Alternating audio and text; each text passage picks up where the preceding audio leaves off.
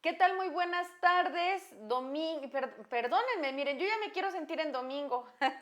Muy larga la jornada ha sido después de esta fiesta democrática que sí tuvimos el domingo. Hoy miércoles, como siempre, estamos con ustedes, Mujer Tenías que Ser. Y bueno, me encuentro muy feliz porque tengo de invitada, además de una gran profesional de la comunicación, una antropóloga muy metida pues en esta lucha que tiene que ver con los derechos de las mujeres, con el feminismo, con otra manera de ver las cosas, una académica además muy reconocida de la Facultad de Comunicación de la UAP, Ana Yuri Güemes. Bienvenida, Ana Yuri, Muchísimas a gracias. tu espacio, este espacio que es de usted también, en Mujer Tenías que Ser. Y bueno, pues no hay más que decir que darte la bienvenida. Y bueno, Gracias. podrías, no sé, un poco para explicarle un poco a nuestro público qué hace una mujer de la antropología en la comunicación y cómo abrirse un espacio en un mercado de hombres. Porque bueno, basta decir que la antropología y la comunicación son mercados que están dominados por los hombres, pero que tú con un enfoque diferente has ido generando y creando un camino importante para las mujeres. Muchísimas gracias, Celina. Bueno, pues yo estoy muy contenta, obviamente, de estar aquí, de que me hayas invitado. Y efectivamente, bueno, el campo de la docencia, el campo de la investigación, normalmente o históricamente ha sido algo dominado de alguna manera por hombres desde hace mucho tiempo, ¿no? Sobre todo la ciencia, ¿no? Sabemos que ha tenido un lugar central los hombres, tanto en la hechura como en lo que se estudia, es decir, han sido centro de todas. Y entonces a muchas mujeres, bueno, nos ha costado un poco quizá de trabajo poderle entrar a este ámbito, pero afortunadamente nacimos en una época donde las cosas van cambiando, se van transformando, y esto ha permitido lograr pues que entremos y que haya cada vez más mujeres. Si pensamos en otras generaciones, desafortunadamente no podrían, es decir, pienso en mi abuela, a una mujer que le gustaba mucho leer, pero que desafortunadamente en el contexto que le tocó vivir, bueno, pues no tenía gran margen de acción. En cambio ahorita, en esta época, bueno, pues sí tenemos posibilidad de, no nada más de incorporarnos a este ámbito, sino además de transformar las cosas desde adentro para que más mujeres se vayan incorporando en este ámbito. Bueno, tú particularmente tienes un trabajo muy importante con las mujeres, con la defensa de las mujeres. ¿Podrías platicarle un poco a nuestro público cómo desde la ciencia, desde la academia, ciertamente hemos ido abriendo cada vez más espacios para las mujeres, pero lo cierto es que todavía hay violencia, ¿no? Todavía hay una Sí. violencia simbólica. La violencia simbólica, para que nuestro público esté hablando el mismo lenguaje que nosotros, pues tiene que ver justamente con estos roles que se nos imponen y que además casi que tenemos que obedecerlos, y cuando salimos de ellos pues estamos siendo calificadas y siendo tachadas por la sociedad, ¿no? En este sentido, ¿cuál ha sido como tu lucha, Nayori? Ok. Bien, bueno, ahorita, justo ahora soy orientadora de género en la Facultad de Ciencias de la Comunicación, y esto a partir de que se genera el protocolo para la prevención y atención de la discriminación y violencia de género en la UAP, y esto ha permitido de alguna manera que la estructura se vaya actualizando de alguna manera frente a los problemas que hay en este sentido, sobre todo de discriminación, por supuesto, pero también de violencia de género. Y uno como orientador o orientadora, me parece que ya esta función de alguna manera existía en algunas de las personas que estamos fungiendo con esta figura, pero ahora de alguna manera se institucionaliza. Y entonces, ¿qué hace una persona en este caso ya según el protocolo? Bueno, pues como dice el título, orientar. Y normalmente las problemáticas que se dan en relación a estos casos o a estos problemas pueden buscar en nosotros una orientación, y nosotros establecemos un mecanismo, bueno, no establecemos, sino les decimos o les damos a conocer cuál es el mecanismo que existe para poder canalizar lo que se tiene que hacer, lo que ha sucedido, de tal manera que se incorpore. Pero por supuesto que antes de eso habíamos muchas personas que estábamos en este ámbito, nos damos cuenta de los problemas que suceden, de la violencia que existe en cuestión de género, efectivamente, violencia de todo tipo, no nada más física, sexual y de todos estos temas, sino también efectivamente la simbólica, que como es Bourdieu lo ha dicho, bueno, es la que no se ve, y ese es el problema, que se oculta. Y eso ha generado también, por supuesto, que muchas mujeres también tengan, no vean lo que está sucediendo y cómo se está dando este tipo de violencia en las estructuras sociales, ¿no? Es decir, en la vida cotidiana. Ni siquiera la perciben. Ni siquiera se percibe. Y esto uno se puede dar cuenta sobre todo frente a grupo. O sea, cuando uno ya convive directamente con los estudiantes, se puede uno percatar de cuáles son estas formas que no ven o no les permiten ver ese tipo de violencias y que de alguna manera están presentes. Entonces, la diferencia es que uno aprende de alguna manera a identificarlas, y a partir de identificarlas y de hacerlas visibles es posible trabajar con este tipo de violencia. Pero desafortunadamente no todas las mujeres ni los hombres saben o son conscientes de este tipo de violencia, que se puede dar incluso en casa de formas muy sutiles. Es decir, muy sutiles me refiero a que todavía tenemos estudiantes mujeres que además de cumplir con este trabajo de estudiar, bueno, este rol, no quería decirlo, pero bueno, este rol de estudiante, tienen que llegar a casa a ayudar a la mamá en su doble jornada, y entonces servirle a los papás, servirle a los hermanos, este tipo de cosas, y muchos hermanos se dedican solo a estudiar.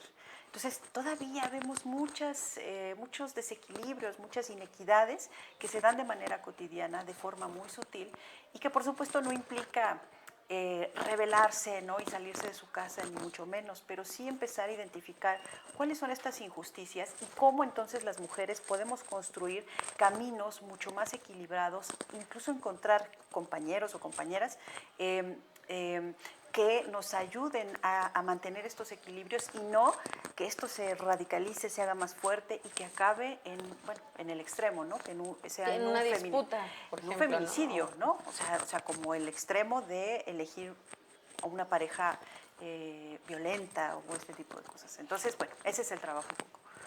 Eso se hace desde la universidad, pero bueno, tú tienes un trabajo mucho más amplio, ¿no? Identificando estas violencias. Pero ¿cómo? Nos has dado un ejemplo maravilloso, ¿no? Esta estudiante que de la escuela pasa a la casa a continuar con el trabajo, el hermano no. Pero ¿cómo le podemos decir a nuestro público que identifique señales de alarma? Por ejemplo, está ahora realmente muy sonado, hay muchos programas de identificar, por ejemplo, la violencia en el noviazgo, ¿no? Esto que sí ocurre entre los 15, 16 años y bueno, hacia adelante, ¿no? Sí, bueno, esto es un trabajo bastante complejo, porque como tal, uno al estar involucrado desde la ciencia o desde el ámbito sí, científico, de investigación, no necesariamente te capacita para poder incidir. Entonces, lo que sí se puede hacer es trabajo, por supuesto, con los estudiantes y con las estudiantes, y de alguna manera, efectivamente, una parte importante, y que como cualquier docente es posible verlo, podemos identificar ese tipo de expresiones que hay en los propios noviazgos, en este caso de cierta edad, en la propia universidad y en otros espacios, ¿no? En la docencia en general, uno puede identificar. Y es posible verlo, sobre todo porque muchas veces, mujeres principalmente, pero bueno, también hombres, estamos conviviendo en ambientes donde hay violencia, pero esa violencia pues no se puede ver. Entonces, cuando uno empieza a hablarlo, cuando uno empieza a escuchar a otra persona u otras personas que ya han escuchado sobre el tema, uno puede de alguna manera ir desdoblando a partir de un razonamiento lógico de lo que está pasando alrededor. Por ejemplo, estos círculos de violencia, ¿no? Salgo de quizá un círculo de violencia familiar y a veces doy o elijo parejas que están también vinculadas con este tipo de comportamientos y entonces se repiten o se vuelven a asimilar. Y entonces uno lo que hace es mostrar a través de ciertos pensadores y pensadoras cuáles son, digamos, cuáles serían o cuáles son las inequidades históricamente conformadas que nos van a permitir ver cuál es el lugar que ocupamos actualmente las mujeres y a partir de entender ese lugar y cómo no vamos a tener la misma trayectoria que los hombres. Y un ejemplo que a mí me encanta poner en las estudiantes principalmente, en los estudiantes también, pero principalmente en las estudiantes, tiene que ver con los hombres y las mujeres en la ciencia. Las mujeres en la ciencia, las que llegan a SNI 3, son muy pocas mujeres y son a edades ya de 60 años, 50, 60. Y cuando vemos la cantidad de hombres que hay y sus edades, bueno, son más jóvenes. Entonces, ¿qué es lo que pasa?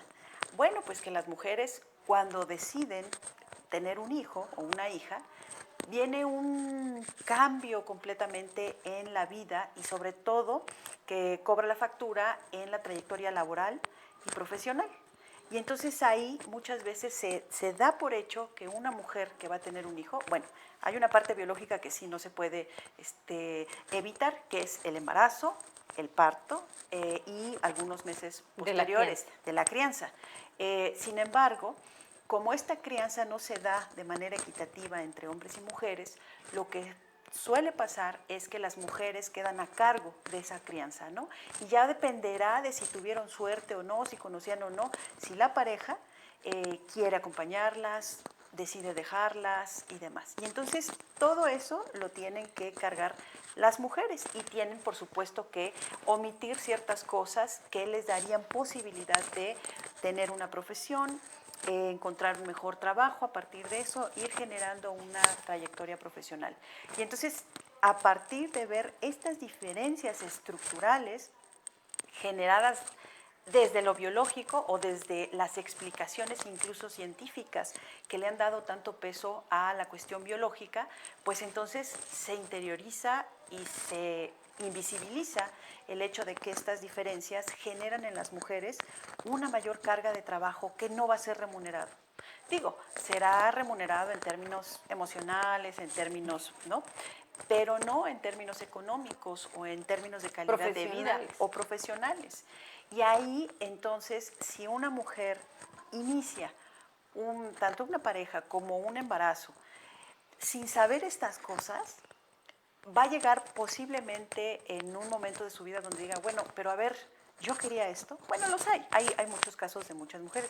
Yo en realidad quería esto y cuando ven, pues tienen 1, 2, 3 hijos y a lo mejor ni siquiera ellas decidieron exactamente qué era lo que querían dedicarse a eso. Habrá mujeres que sí les guste, qué es lo que quieran, está bien, es parte del ejercicio de su libertad, pero hay otras mujeres que dijeron, híjole, es que si me hubieran dicho, ahorita ya no aguanto.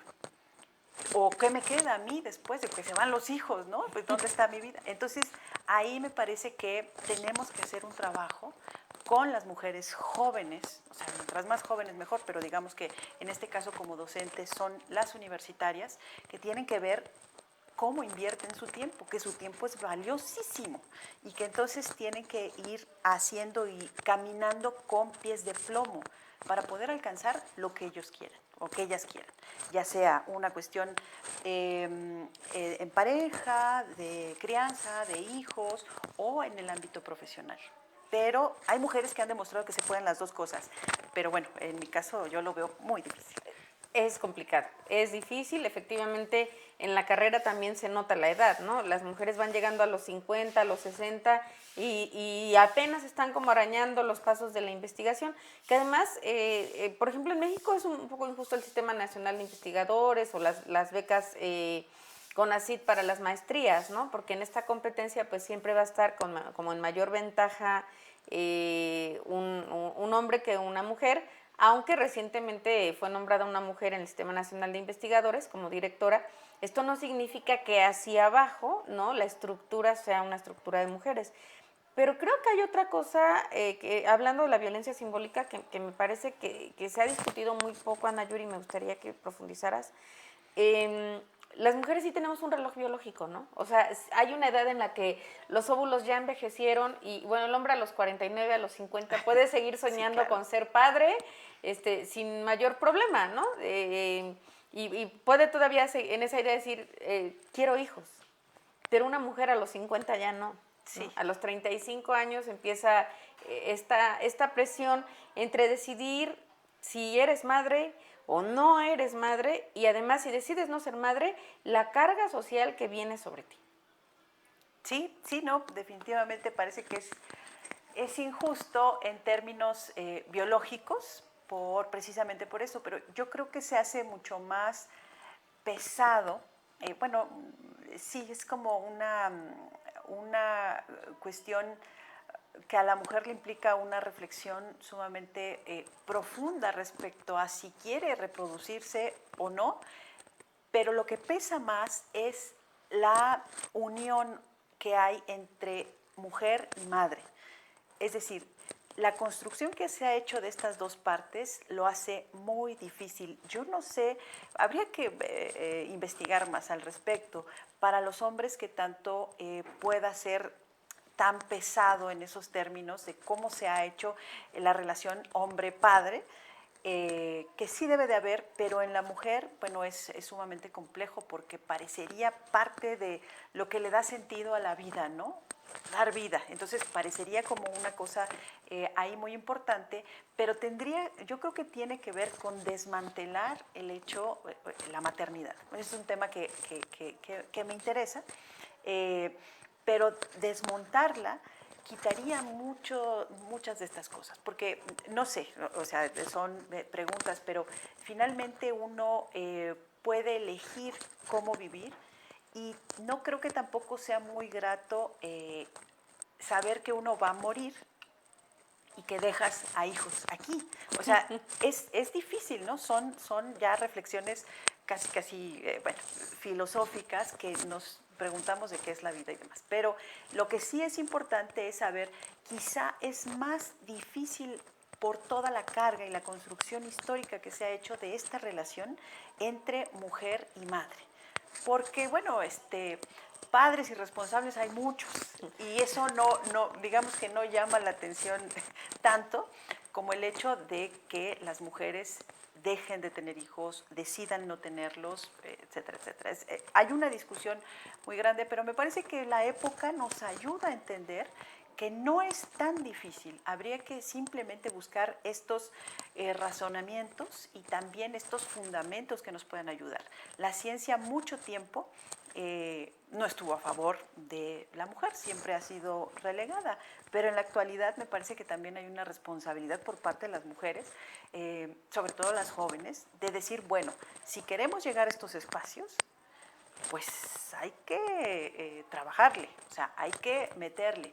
Pero si nos vamos y también consumimos todos estos productos en relación al amor romántico y todo esto, bueno, pues también eso no ayuda muchas veces a que las mujeres entiendan, ¿no? El tipo de lucha que se tiene que hacer de manera constante, ¿no? A veces prefieren, y yo lo veo en muchas jóvenes estudiantes, que finalmente no sé si se cansan, se aburren, qué pasa con el estudio, pero lo que quieren es otra cosa, es formalizar, tener una pareja. Y la buscan además ahí, ¿no? Sí, bueno, donde la encuentren, el problema es que no salen de este esquema, ¿no?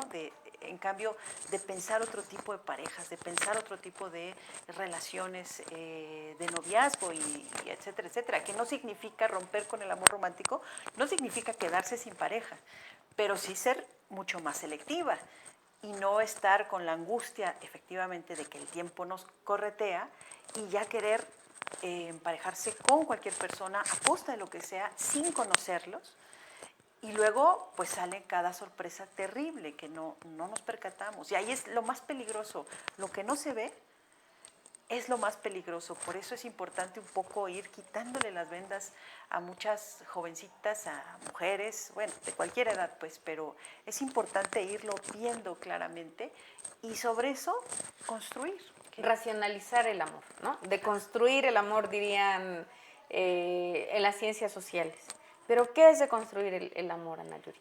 Bueno, pues yo creo que es efectivamente identificar desde el principio que las relaciones amorosas a veces en la familia tiene que ver con o tendría que ver con una cuestión ética. Y muchas veces en nuestros propios entornos, bueno, esto no lo tenemos tan claro. Si nosotros en un entorno tenemos a una mamá o a un papá, pero principalmente a veces la mamá, que el chantaje es como una forma de mantener cohesionado al grupo, por decirlo así, esto se vuelve un problema posteriormente. Entonces, yo por eso me enfoco principalmente en las jóvenes universitarias, porque cambian de contexto, salen de sus casas y entonces se enfrentan a la postura que tienen muchos docentes, y entonces poder identificar estas relaciones socioafectivas que a veces no son tan nutritivas. Bueno, eso por un lado, pero por el otro, esta idea de la pareja como algo obligatorio antes de pensar en el tipo de vínculos o de relaciones que se pueden establecer con cualquier persona, pero en este caso, bueno, si es una pareja, qué es lo que se está dispuesta a hacer. También conozco muchas chicas que no les importa cómo sea la pareja, pero si les paga, si las invita, si... Y entonces aquí viene una dificultad en el hecho de poder saber que si nosotros no establecemos desde el principio claridad sobre este tipo de intercambios o de acuerdos, finalmente la pareja es una serie de acuerdos, nosotros podemos estar cediendo cosas que posteriormente ya no van a ser tan benéficas para nosotras. Y esto puede ser, se puede ejemplificar de mil formas prácticamente, pero una de ellas tiene que ver, por ejemplo, con la independencia económica. Si una mujer tiene, en primera instancia, busca esta independencia económica, va a ser mucho más fácil que si encuentra una pareja con la que no empata, ella se puede salir sin ningún problema, va a tener, es decir, entonces se generan otro tipo de ámbitos menos vulnerables que le permiten a las mujeres, dependiendo del escenario, digo, esto no quiere decir que no te puedas encontrar una pareja desordenada y demás, mentalmente me refiero, pero sí es posible de alguna manera que ellas mismas vayan construyendo estos espacios donde sean menos vulnerables y entonces puedan, si se encuentran en un escenario de estos, no, salirnos de ahí. Entonces tiene que ver con construirse una propia trayectoria, entender que somos centro, no periferia de nadie. Y entonces construir en función de las necesidades que nosotros tenemos. Pero casi siempre creemos que pues detrás de un gran hombre hay o de un hombre hay una gran mujer o este tipo de cosas. No, no es necesario ir detrás de nadie. También se puede ir al lado, se puede ir junto, se puede dejar de ir y lo que sea. Pero digamos que tendrían las mujeres, por eso me enfoco más en las universitarias, porque son las que salen de esto, logran salir de estos espacios, a veces en contra de los intereses familiares, entran en otro ámbito y tendría que ser para una ruptura que les permite formarse una trayectoria propia, ¿no? Que sean centro de su propia vida. Sí, no estar atrás, ser la gran mujer detrás del gran hombre, ¿no? Sí. Que esta también es una construcción social terrible, ¿no? Porque la sociedad, por lo menos en México, ha aceptado que las mujeres estén atrás y estén escondidas. Y bueno, ya tocaste un punto importante, ¿no? El asunto de la independencia económica. No conozco las cifras y estaré hablando seguramente muy al vapor, pero la mayoría de las víctimas de violencia estructural, de violencia física o que terminan en situación de feminicidio, casi puedo asegurar que la mayoría no tenía independencia económica y que además van quedando como aisladas, ¿no? De su círculo familiar o de las redes que le pudieran permitir ayuda y prácticamente es como una telaraña que las atrapa, de la que es muy difícil salir, por lo menos de las que lamentablemente se han vuelto noticia, no trabajaban. Sí, es uno de los pasos. Está todo vinculado, o sea, desafortunadamente hay ciertos círculos o engranajes entre unos problemas y otros, pero efectivamente la independencia económica me parece que es uno de los más importantes para que la mujer que tome conciencia y que ya no quiere estar donde quiere estar o donde está, se pueda salir de estos espacios. Pero también hay muchos otros casos, ¿no? También hay mujeres que son independientes económicamente o generan un ingreso, pero lo administran los hombres. Y entonces ahí tenemos también otro tipo de problema. Entonces, más bien tendría que ver con esa construcción que hacen las mujeres de su propia trayectoria, como centro, no como periferia, o como centros, es decir, pueden tener parejas y ambos ser centros, pero me parece que en ese sentido hay que trabajar todavía mucho, mucho con las jóvenes principalmente. Mira, Mario Martel, saludos. Brutal la tarea social de desmantelar los papeles tradicionales e invisibilizados de la mujer. A estas alturas el segundo sexo debería tener varios tomos, muchas prácticas de control y de poder. Ese es uno de los comentarios. Y bueno, también Cian Yalanis te dice que cómo evitar o cómo detectar los asuntos de la violencia simbólica. Bueno, ahí es interesante porque desde el punto de vista académico, pues es mucho más complejo, ¿no? Es decir, si hablamos de Bourdieu y hablamos de estos autores, nos alejamos un poquito, es decir, como que nos subimos a una nube donde los intelectuales hablan y demás.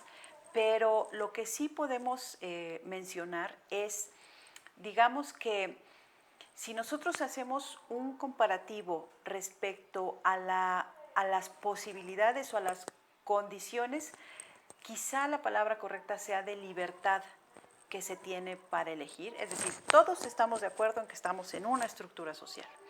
Todos estamos de acuerdo en que dentro de esa estructura, una vez que uno nace, no podemos modificar así, de golpe, toda la estructura. Pero esto no significa que estamos determinados completamente por la estructura. Tenemos un margen de acción. El problema es que ese margen de acción muchas veces necesita un tipo de conciencia o de noción de la realidad.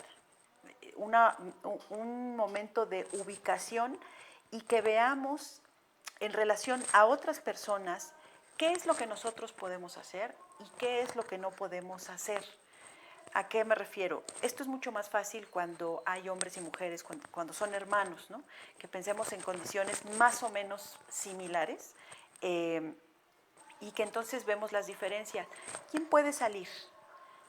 ¿Quién puede salir? Bueno, ahorita con la pandemia, bueno, no se supone que nadie, pero digamos que en términos de quién puede salir, con quién se puede salir, cuáles son los horarios que se permiten. No, es que como tú eres mujer, pues tú puedes regresar solo a estas horas. Y al hombre, bueno, no, basta con los cuates, son puros hombres, no están solos, pues entonces, pues no, a lo mejor ni tienen horario.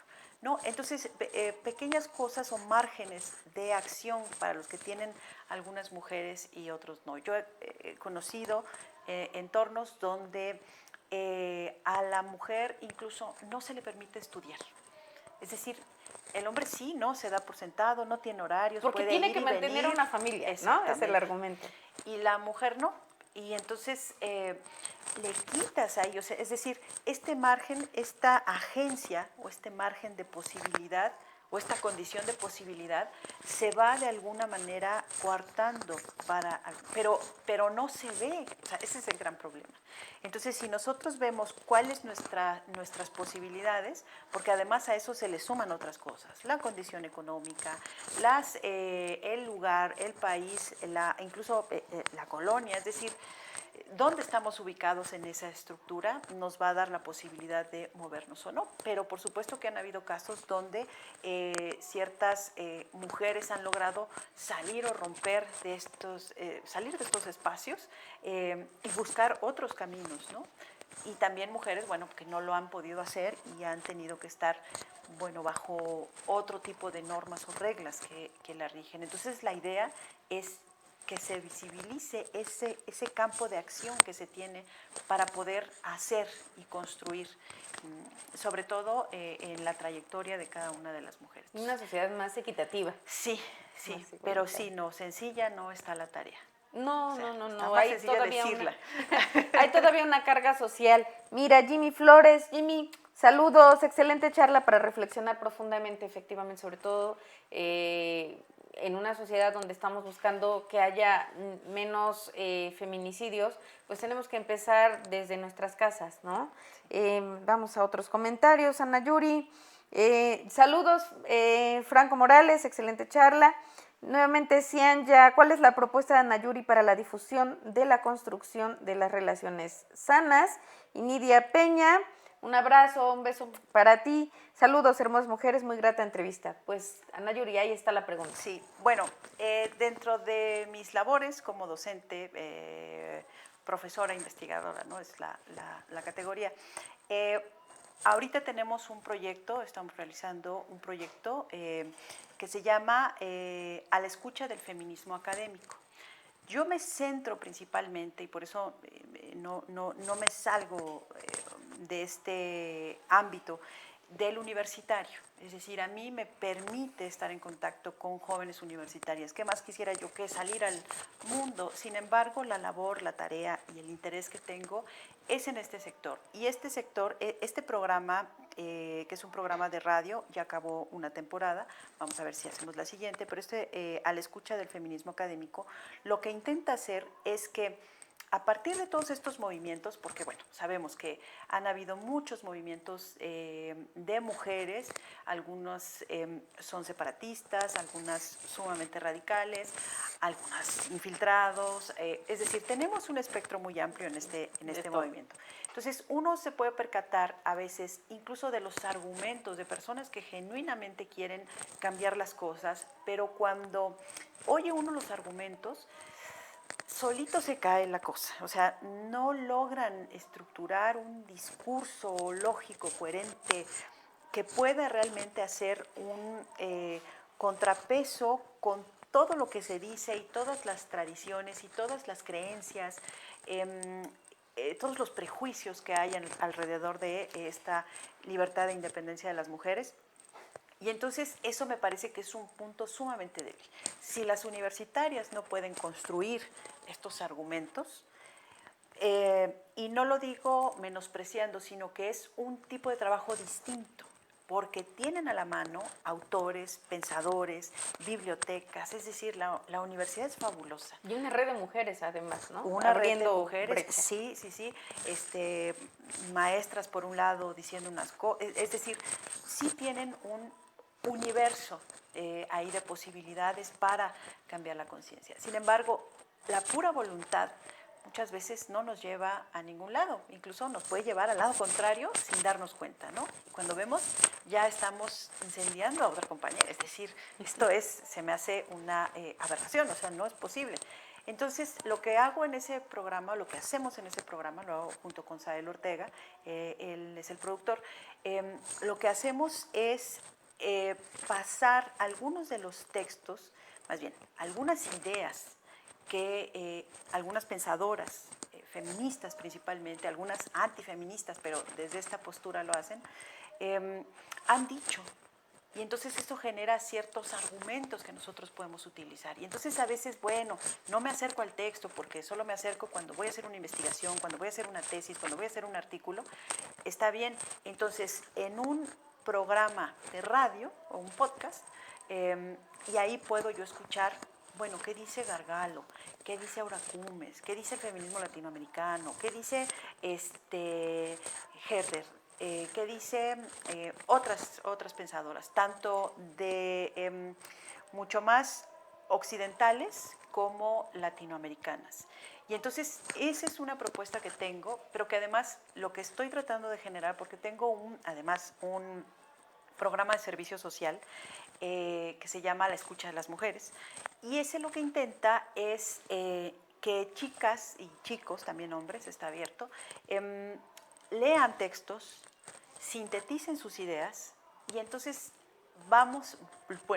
estoy intentando hacer una base donde tengamos síntesis de estos textos que cualquiera pueda consultar.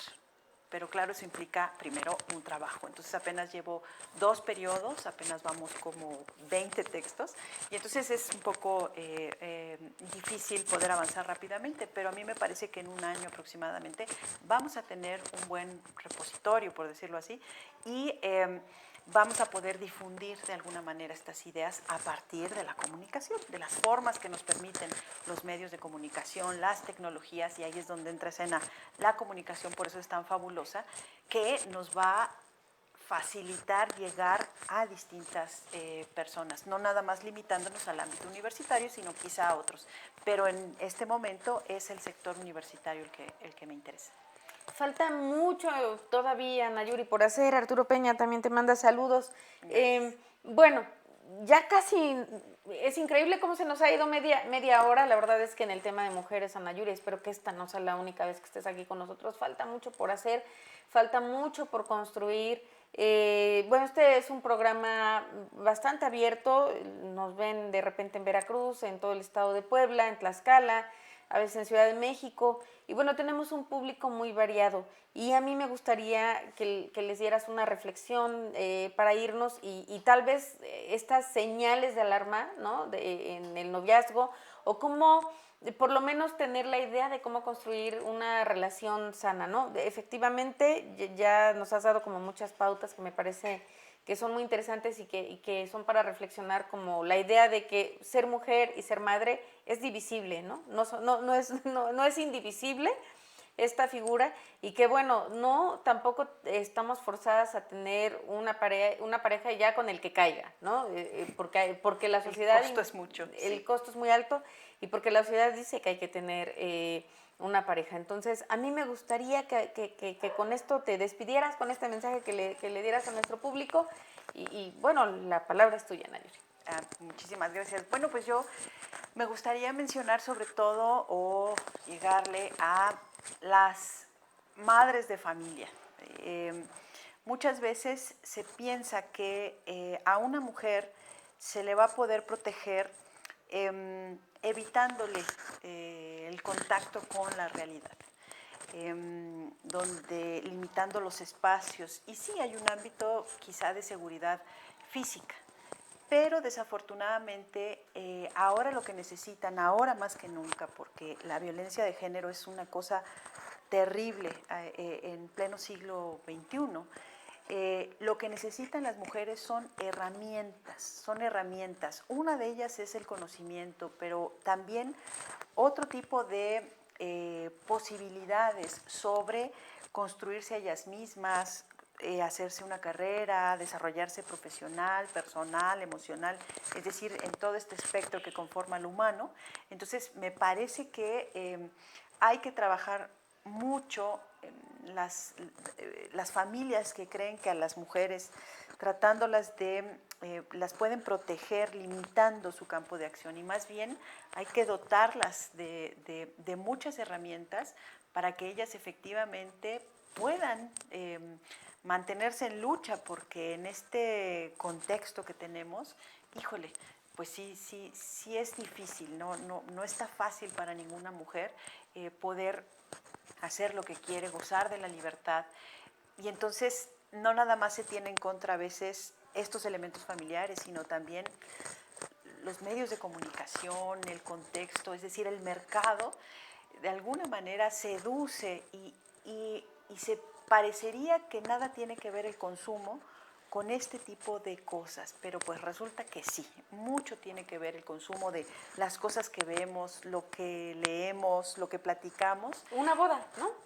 ¿Cuántos programas hay de bodas y vestidos de novias y que es damas el momento de honor? más importante de las mujeres, o sea, según esta construcción, y que sí, bueno, o sea, es Podría válido, ser, o sea, ¿no? es válido. El problema es todo lo que implica una situación de estas, ¿no? Sí, ojalá fuera esa historia que nos ponen en televisión o en las revistas, pero desafortunadamente no. Entonces yo creo que por ahí un poco a las madres de familia, Sí, que sobre en lugar todo de las limitar madres. es dotar de No, herramientas. y decirles que si el matrimonio no funcionó, que si el príncipe azul no fue príncipe azul, hay que correr, ¿no? Sí, Que no pasa sí. nada antes de terminar en la tumba. Bueno, hasta cursos de defensa personal. O sea, de verdad, o sea, parecería ahora sí como dice Bourdieu, un deporte de combate. O sea, ser mujer es un deporte de combate. Entonces hay que estar con todas las herramientas posibles para la situación que se presente poder dentro listas de lo que podemos hacer. Para enfrentarlos. Entonces, bueno, ahí están las claves: independencia económica y no ver al marido como una fuente de financiamiento, ¿no? Hay que construirnos nuestros propios espacios. La maternidad no es obligatoria tampoco, ni aguantar a una pareja por el simple hecho de no quedarse sola. El miedo, el famoso miedo a la soledad es falso. Y bueno, tener esta conciencia de que biológicamente sí somos distintas, ¿no? Mientras los hombres a los 50 todavía pueden pensar en cómo voy a construir a futuro una familia, las mujeres a los 35 años empieza el envejecimiento del cuerpo y por lo tanto pues la maternidad se vuelve distinta, ¿no? Entonces también hay que elegir una pareja que si de alguna manera ya no puedes tener hijos, pero decidiste por una carrera profesional, pues que te acompañe, ¿no? Claro, sí, eso no implica que no se pueda. No implica lo uno ni lo otro. Y bueno, vamos construyendo relaciones más sanas, sociedades más sanas. Señoras, formemos a nuestras hijas, eduquemos a nuestros hijos y sobre todo no maltratemos a nuestra infancia, ¿no? Que es el primer paso para ir aceptando el maltrato y la violencia psicológica, la violencia simbólica, la estructural, la física, pues empieza con ir cerrando estos espacios psicológicos de las mujeres. No maltratemos a nuestras niñas y así vamos a tener también una sociedad más equitativa y más igualitaria. Ana Yuri, muchísimas gracias por estar con nosotros en este miércoles lluvioso, miércoles que ya se está acabando, pero que yo le invito a vernos la siguiente semana, el próximo miércoles en Mujer Tenías que Ser. Muchísimas gracias. Gracias.